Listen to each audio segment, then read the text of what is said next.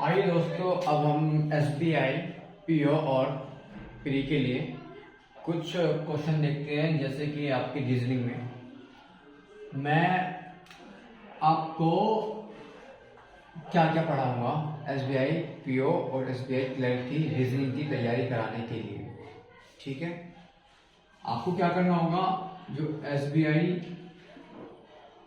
PO और clerk के अभी कुछ नोटिफिकेशन आने वाला है।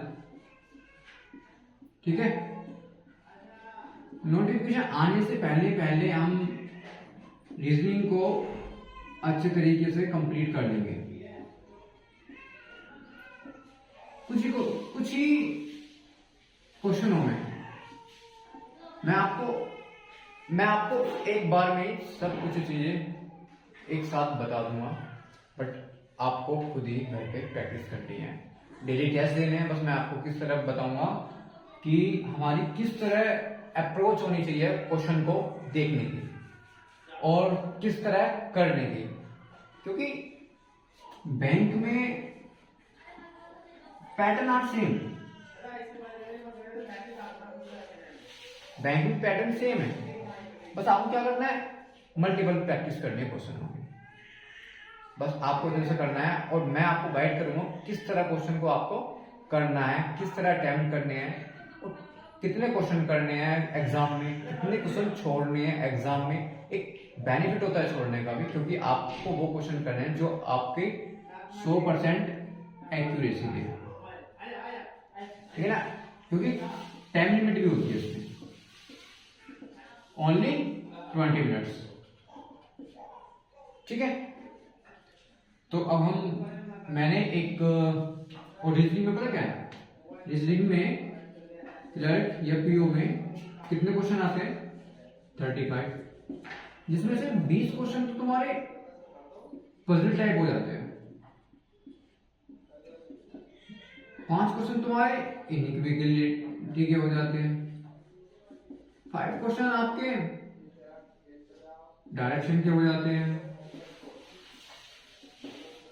3 क्वेश्चन आपके ब्लड रिलेशन के हो जाते हैं, 2 क्वेश्चन आपके सीरीज अल्फाबेटिक समथिंग करके कुछ भी आ सकता है, या तो रो कुछ भी आ सकता है, जरूरी नहीं है, कुछ भी दे सकते हैं वो आपको 1 2 3 4 करके कुछ भी दे सकते हैं, या KNOWDGE। तो इनमें कितने हमारे अल्फाबेटिक ऑर्डर पे लिखे गए हैं, नहीं लिखे गए हैं, ये सब आपको दे सकते हैं। ये 35 क्वेश्चन ही आएंगे इसमें।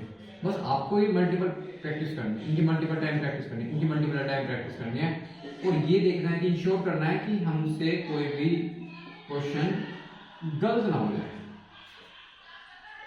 ठीक है, चलो अब मैंने ये क्वेश्चन लिखा है हमारे इस वाले पजल वाले पोर्शन से। वो पजल वाले पोर्शन में भी बहुत सारी चीजें आती है पजल में, और उस पजल में से ये स्क्वायर वाले पजल है, जिसमें 4 स्क्वायर में, मतलब एक स्क्वायर में कॉर्नर पे बंदे बैठा दिए जाते हैं और कुछ में कंडीशन लगाई जाती है, या तो ये आउट ऑफ द सेंटर है कॉर्नर पे, या इनसाइड द सेंटर है कॉर्नर पे, और ये आउटसाइड द कॉर्नर पे है। कुछ में क्या कर दिया, चलिए मैं आपको बताऊंगा अभी। ठीक है ना, मैं ये माइक आउट कर लेता हूँ, और ये मैंने क्वेश्चन लिखा हुआ है, और ये मैंने इसके आंसर लिखे हुए हैं, सॉरी ये मैंने इसके क्वेश्चन लिखे हुए हैं, किस तरह में आंसर निकालना है इस पजल में से। ठीक है, तो आइए स्टार्ट करते हैं, हमें किस तरह देखना है। ये पजल वो पजल है, देखो वो पजल है ये, कि इसमें आपको रेक्टेंगल बॉक्स दे देगा, स्क्वायर आपको रेक्टेंगल कह देगा या आपको स्क्वायर कह देगा, कुछ भी कर सकते हैं। ये स्क्वायर है, ये रेक्टेंगल है, आपको कहते हैं कि ये कॉर्नर बैठे हुए हैं, ये मिडिल में बैठे हुए हैं आपके कुछ लोग, ठीक है ना। और कुछ भी ये कह देगा कि ये आउट ऑफ द सेंटर है कॉर्नर, कुछ ये कहता है कि ये इनसाइड इनसाइड है कॉर्नर, कुछ ये कहते हैं मिडिल आउटसाइड है, कुछ ये कहते हैं मिडिल इनसाइड है। या आपको कुछ भी क्वेश्चन में कुछ भी किसी भी तरीके से आपको ये क्वेश्चनों में दे सकता है। आपको किस तरह सोल्व करना है ये मैं बताऊंगा। और ये रेक्टेंगल में आपको ऐसे भी दे सकता है और इस तरह से भी दे सकता है कि वन साइड में दो लोग बैठे हैं और अदर साइड में दो लोग बैठे हैं, इस साइड में दो लोग बैठे हैं और इस साइड में दो लोग बैठे हैं। ठीक है ना। और वो शुरू करते हैं।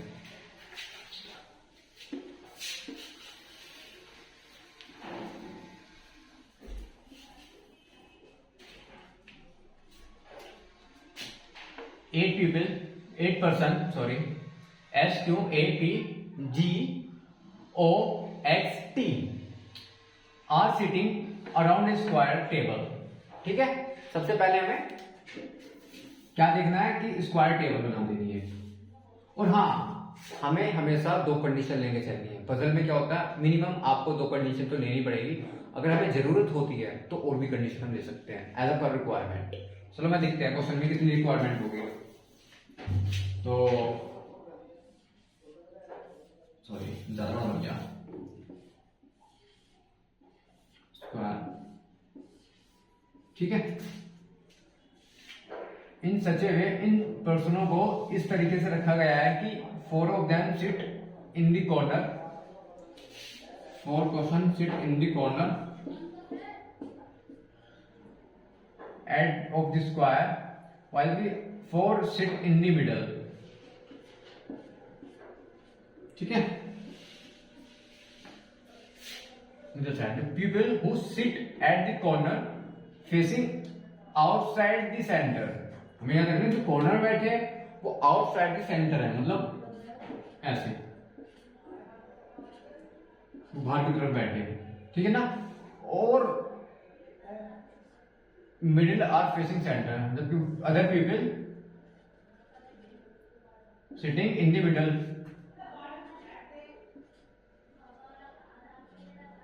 ठीक है, ये आउटसाइड है और ये मिडिल में है। ये हमारी इंस्ट्रक्शन दी होती है कि हमें किस तरह हमें पजल को बनाना है।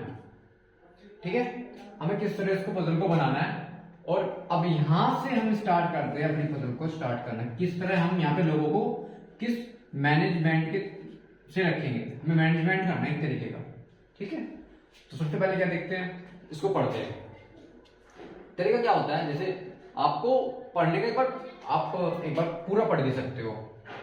आप जितना पढ़ रहे हो, जो भी कोई कंडीशन ऐसी होती है कि ये फिक्स है, ये बंदा फिक्स है, ये कहीं नहीं जाएगा।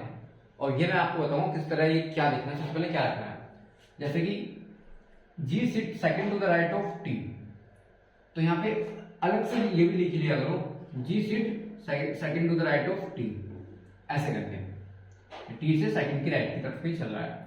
ओ sit opposite to G, O sit opposite to G, S sit third to the right of जी।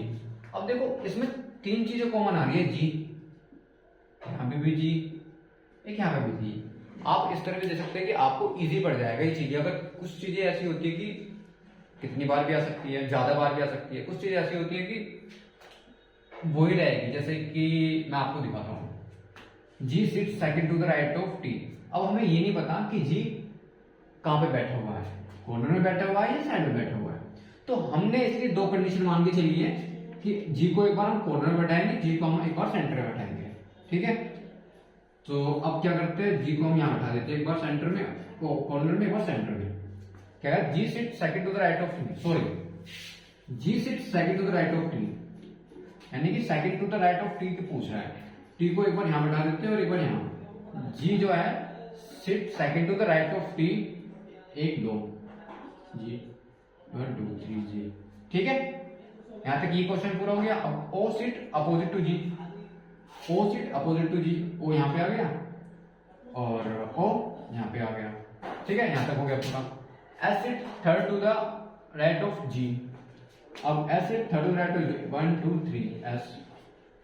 इसमें क्या है, 1 1 2 3, एस राइट में है। और हाँ ये भी देख सकते हो, ये राइट होता है, ये इसका लेफ्ट होता है, ये तो आप जानते होंगे।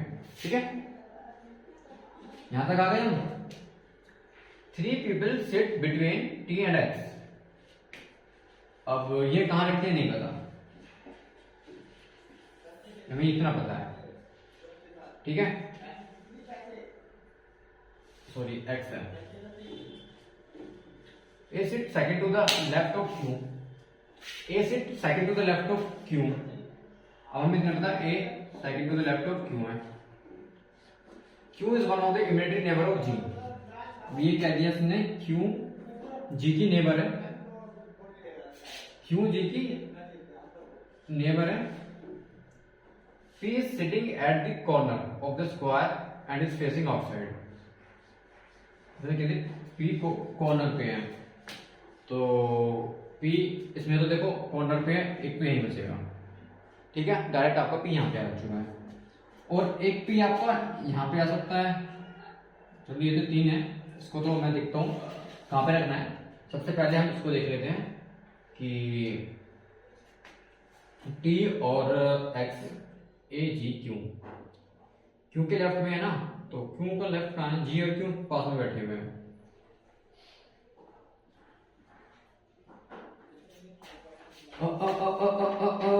आपको G O अपोजिट है, T G इसके राइट में है, ये है, और G Q इसके बराबर बैठा हुआ है, G और Q, और G एंड Q, तो या तो Q यहाँ पे आएगा या यहाँ पे आएगा, इन दोनों में से एक में आएगा, और G का Q यहाँ पे आएगा या यहाँ पे आएगा।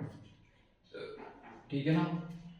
अब इसने कह दिया T और X, हमारे पास T तो पहले से था, रुक जाओ, T तो हमारे पास पहले से था ना, पहले T को रखते हैं, फिर और इजी होएगा हमें रखने में। T के 3 गैप है बिटवीन T एंड X के, 3 पीपल आर बिटवीन 1 2 3 S 1 2 3 1 2 3। देखो ये तो होगा नहीं, सॉरी P नहीं रखना था हमें, P पर यहाँ आएगा हमारा, क्योंकि इसमें क्या कहते हैं P setting at the corner, P यहाँ है और ये, यानी कि ये वाली कंडीशन गलत हो गई। ठीक है ना, हमें इस तरह कंडीशन को देखना है, इस तरह एलिमिनेट नहीं करना है कि किस तरह हमारी एलिमिनेट हो जाएगी। तो बिल्कुल ये आपकी एलिमिनेट हो गई। अब आते हैं इस पे, T और X में आ गया S यहाँ पे। ठीक है ना, अब क्या कह दिया इसने, G और Q साथ में बैठेंगे, Q या तो यहाँ बैठेगा या यहाँ बैठेगा, एक बैठेगा। अब इसने क्या कह दिया, A sitting second to the left of Q। अब second to the left of Q यहाँ पे ऐसे है, यहाँ पे तो नहीं बैठ जाती, Q नहीं आया यहाँ पे, Q यहाँ पे रहेगा। Second to the left A आ गया, वो बच्चा क्या है यहाँ पे, यहाँ पे S भी हो गया, S कैसे आ गया है, T और X है यार, ये फिर मैंने बार बार लिखा X है। ठीक है, और अब क्या बचा हमारा, S भी है, Q भी आ गया हमारा, और A भी आ गया, A नहीं आया, A यहाँ बैठ जाएगा, G भी है हमारे पास, और O भी है हमारे पास, और H भी है हमारे पास, और T भी है हमारे पास। तो यानी कि ये बिल्कुल राइट है। अब हम इसको, एक सेकंड, अब मैं इसको मिटा देता हूं, इसको ये एलिमिनेट हो गई तो इसको मैं मिटा देता हूं। ठीक है, अब सिर्फ ये है बची हमारे पास। अब हमें इसको देख के क्वेश्चन सॉल्व करने हैं पूरे। अब देखो, who is sitting opposite to the A, opposite A के अपोजिट कौन बैठा है,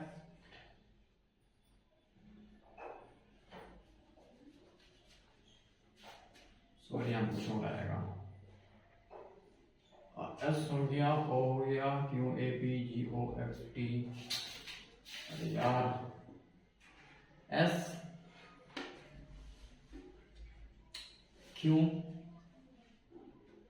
A P P, Where's the P है ना, सॉरी वो उधर भी लिखा होता। ठीक है ना, तो who is sitting opposite to the A, P is sitting opposite to the A. Who is sitting second to the right of X? Second to the right of X, ये रहा second to the right of X, इधर की side में क्या होगा, 1 2 हो जाएगा, दूसरे का आंसर O। अब क्या है, who is opposite to Q, who is opposite to Q, Q Q Q, ये रहा क्यू, अपोजिट क्या है एस, इसका आंसर है S. Who is third to the right of T, third to the right of T, T there is a T, T है ना, 1 2 3 A. How many people are sitting between G and S when count from left of G, count from left of G, left का G जी जी ये ना, ये इधर है outside है, ठीक है ना, और लेफ्ट का रहेगा आउटसाइड इस साइड, 1 2 3। हाउ मेनी बिटवीन, अच्छा S and G, G and S, G कहाँ है, अच्छा from the left of G, ये जी, और एस कहाँ है हमारा, ये ना, तो 1 2 3 4 4% बैटरी, और यहाँ पर आपकी ये पजल सॉल्व हो चुकी है। हमें इस तरह पजल को सॉल्व करना है और इस तरह हमें चीज़ों को देखना है, ठीक है। चलो नेक्स्ट क्लास में आपकी भाग लेता हूँ, ठीक है। वीडियो वॉच कीजिए और लाइक कीजिए, सब्सक्राइब कीजिए और देखते रहिए, और best of luck for the next exam. So thank you very much.